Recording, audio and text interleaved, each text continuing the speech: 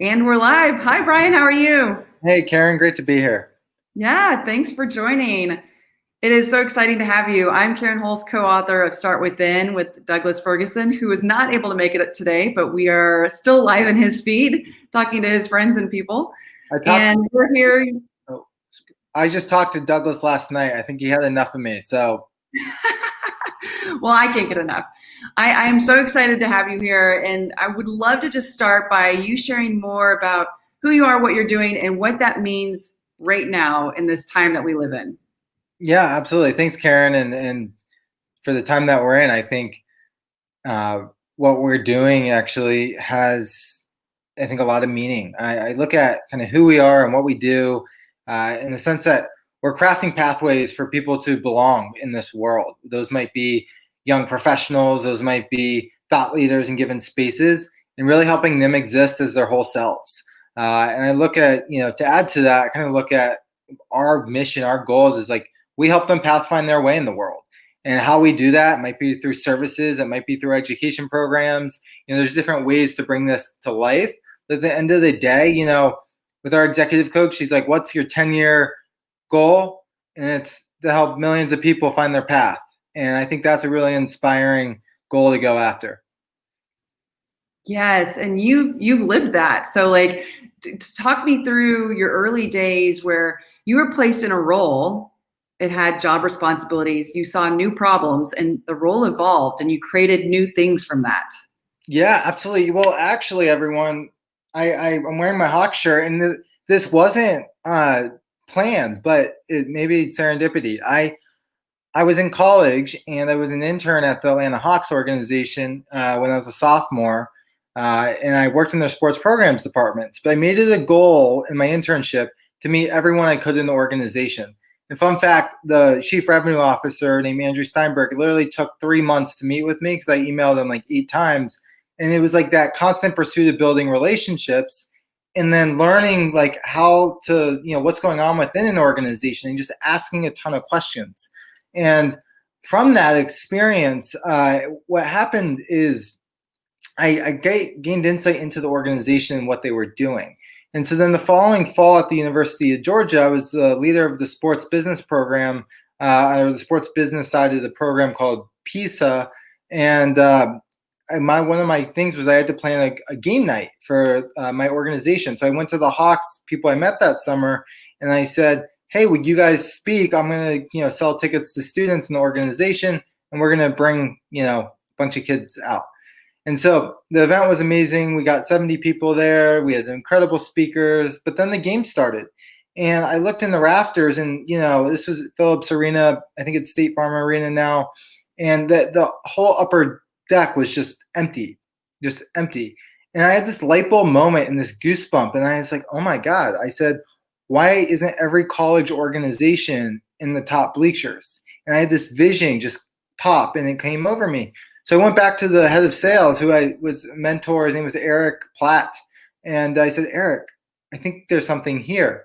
And he's like, put a plan together. And thinking like, well, could I put some thoughts to this? And so basically I sent him, I went home that weekend or the next weekend, I put together like a 14-page business plan of like how we'd get $60,000 or $80,000 in revenue from X amount of student groups with, Y grassroots strategy. And it really struck a nerve. And so, in corporate, you kind of have to get things through upper management and kind of finagle your way around. And so by that summer, we were literally building the building blocks for what they have today. It's on pause, obviously, with Corona, from what I understand. But it became a program that they literally hired 2 or 3 full-time positions for. And in its first year, it came very close to the goal. I think we had 50 or 60 group sales that we put in place for thousands of dollars. We built sorority and fraternity and student group donations for each ticket sold to go back to their charity. And so it was about finding an opportunity by asking questions, building relationships, figuring out needs, and identifying the gaps after turning over enough rocks. So that was like my first kind of foray into seeing a like entrepreneurial endeavor through that took over a year to execute, but I could see it all along.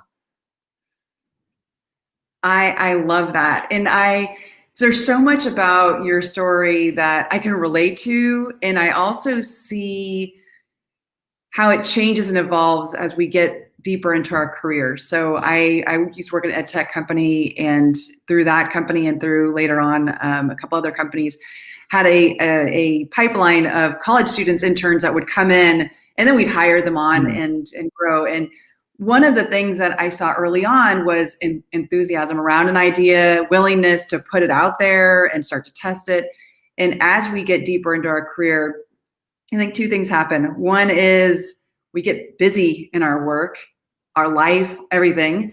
And there's something that light bulb, that like the optimism, it starts to kind of get dull, and we don't put our ideas out there as much as, or early days. If you think about it, back in early childhood, raising your hand and being like, but why, Right. and not having that as an adult and trying to find that, bring that back to the forefront. I think a big part of that is being passionate about the project, for sure, and also just giving yourself permission to fail. Like, you know what, I don't know what I'm talking about, and maybe I'm not the best qualified to do this, but let's do it anyways. Well, I mean, yes, I completely agree with what you're saying, and I think that's an issue in today's world. Is not everybody has the permission, even though they should give themselves the permission to bring their whole selves to work. I see it with a lot of my peers. I mean, I'm 28, so anywhere from like 23 to 30, I'm seeing this. And then probably, even above from 30 to 40, the more you get into a corporate job. And I think that what needs to happen is there needs to be a root problem addressed within corporations, where the management and people working, I think about from a cultural perspective, like creating an environment where people feel like they can bring ideas to the table, so the people under them feel like they can speak up. Because in my opinion, and probably you align with this from your book, is the best ideas come from the bottom, the people in the weeds doing the work, because they're seeing things that you just can't see when you're not executing, so they can make things better. So I'm very aligned, but I'm also like really passionate about empowering the next generation of young students and leaders, because they're the ones who are going to make the difference. Absolutely. And I think when we talk about Start Within and some of the frameworks that we go into, it's definitely an opportunity. That's what we call it, is the doers. That's anywhere in your career. You're a person that's seen as someone go out and do the work. So that's the doers. That's what Start Within is focused on. I think the other side of that is, if you're an executive, if you're a leader of a team or an organization, that part of unlocking others to do this work is exhibiting these mindsets and behaviors as well. So it can also begin to feel like, well, I'm an executive, I need to be buttoned up and have everything figured out before I talk. And when you behave that way, you start to teach others that is the way to behave, instead of ask questions. Go deeper on the why, and then we can uncover some new innovative ways to make an approach. And I would love to talk about more in your work and how you, in working with people that are trying to do something new or different, and that might be an idea within a larger organization, or it might be a startup, it might be their personal brand. Like, what are some of the early things that you talk about and try to help them open up? Yeah, I think it's really interesting. I mean, a lot of people that we work with have been, fortunately, they've been very successful, I think, in their career, whether it's been with a corporation or they're a serial entrepreneur but they've got to this point where they want to own who they are and share their own beliefs, because they built all this experience, and so then they want to put it out there. So it's funny, the first process that I would like to call in like this whole pathfinding world that we're in is I focus a lot on self-discovery. So we're unlocking the person and their stories and who they are, and really getting to the root of who they are. And this is done through, a process of, multiple things, but it's really pulling out and making them vulnerable and hopefully making them feel a little exposed and naked, where they feel safe to share in an environment, so we can get to know them and then help them build the relationships, and then really understand their vision and put a strategy in place, and really be a catalyst where their brand, or how they come across online, is really driving the results for their business or their idea or book, whatever it might be, in the most authentic like possible. Because I think we're entering in, and we've been in a decade where people are losing a lot of trust in brands, and like they want to have the human interaction. And if we can help people be their whole selves and belong on their own terms, people buy from people. And I think creating that, I look at our work having a compound effect in so many people's lives, sharing these messages that matter and creating these communities for thousands of people across the world. That's awesome. So when someone is first approaching this and tuning into their authentic voice and who they are, what is a question, a framework, like what is something that you do to push them in thinking about that? Yeah, I mean, typically it's we go through like a set of pretty heavy discovery questions, right? That focus on their personal life and their professional life.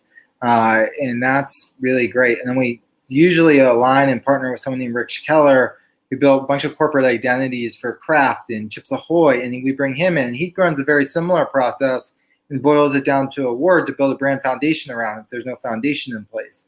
And then from that, we have tons of content and stories that are focused and have a thread line that go through them, where we can start coming out and sharing that story that it could turn into a book. It might already be in a book, but how do you bring that cohesively under a roof? And then, okay, once you have that, it's a really important to think about the relationships. Who's the tribe? Who are the people that this person should know, right? And I think understanding that, and then their business goals and objectives, and like, what's the best path forward? What's the best way to get there? And to really like, it almost feels like we're a business running 20 other people's businesses, which is really fun because we learn a lot and get a lot of data points. But it's an evolving process. It's a long-term journey. I think people really need to commit to kind of getting real with who they are first is step one. So I want to make sure I understood that. Part of the process is the one word kind of ethos for yourself. Is that correct? Yeah, and it's part of the self-discovery process and like taking all your. What's your one word? So I went through this whole process, and Rich was like, everything you've done is about you. You never fit in. So then like you did everything to find your way to actually fit in, and the best way you fit in was to stand out. And through that process, you became a pathfinder. So if you look at the new website we just launched, it's all around the language, the messaging, the imagery. It's all around like finding your way, how we guide other people to find their way. So Rich was really instrumental in that process and has been with clients to help them think about who they are and how they're helping other people and guiding them. And it's just been a really powerful shift in thinking about what I do and now how we have a team that helps other people do what they do. So pathfinding is the core value that we try and instill and infuse into everything. Yes. I mean, that's the whole belief around Start Within, is that when you find your purpose, your passion, and you can plug that into your work, that it's everything, right? You're jumping out of bed with excitement versus clocking in, clocking out, and just trying to get to the next moment. But when you actually feel like what you're doing is why you're here on this earth, even if it's not the company you want to be at, but like the thing you're doing, I think is so important to how you grow. 100%. And just to add to that, Karen, I mean, I love Simon Sinek's work and his Start With Why course, and I've done all of that. And I just think the discovery process it's something you do throughout your whole life. You're not just one and done, but always finding ways to reflect and process and plan and review and just repeat those cycles, I think allows us to kind of stay on that track that we want to be on, and for our personal goals and professional goals. The place that I struggle with is the incubation time.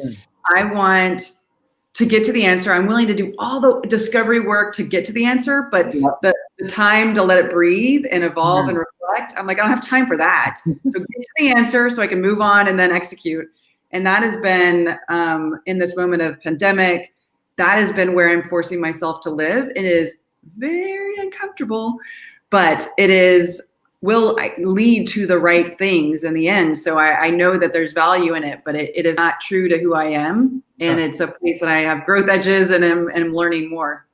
I completely agree. I think it's really hard. It's kind of, some people, they find it really hard to do that upfront work. What you're saying, it sounds like, is I do that work, but then I need to like let that breathe and like sort itself out. And like, that's the thing, like this isn't so formulaic, right? Like there's a intuitive nature to all this, and letting that the onion layers kind of peel back one at a time. And I think it's just being patient in that process of knowing this is a lifelong journey of staying true to who you are and around your decisions. I mean, absolutely, I can relate. And I think a lot of people struggle in the same vein. Yeah. Yeah. We're wrapping up at 15 minutes already. This goes by so quick. I just love your thinking, the work that you do. And I also like that in your work, you can allow people to toggle in their strengths. Like there's certain parts of the process and getting through this that you're going to find easy and excel, but you're helping through every step of the way. And how do people best find you and reach out to you? Yeah. Thanks, Karen. So our website's bwmissions.com. I think it's pretty articulate on who we finally are and what we do in the world, which is fun. My email is just Bryan, Bryan, at Bryan, last name Wish, Bryan at bryanwish.com. So yeah, reach out if you have questions, but really enjoyed you, Karen, asking all these great questions, and admire your work as well and your book and everything you stand for. So thank you so much. Yes, thank you. Have a great rest of your day.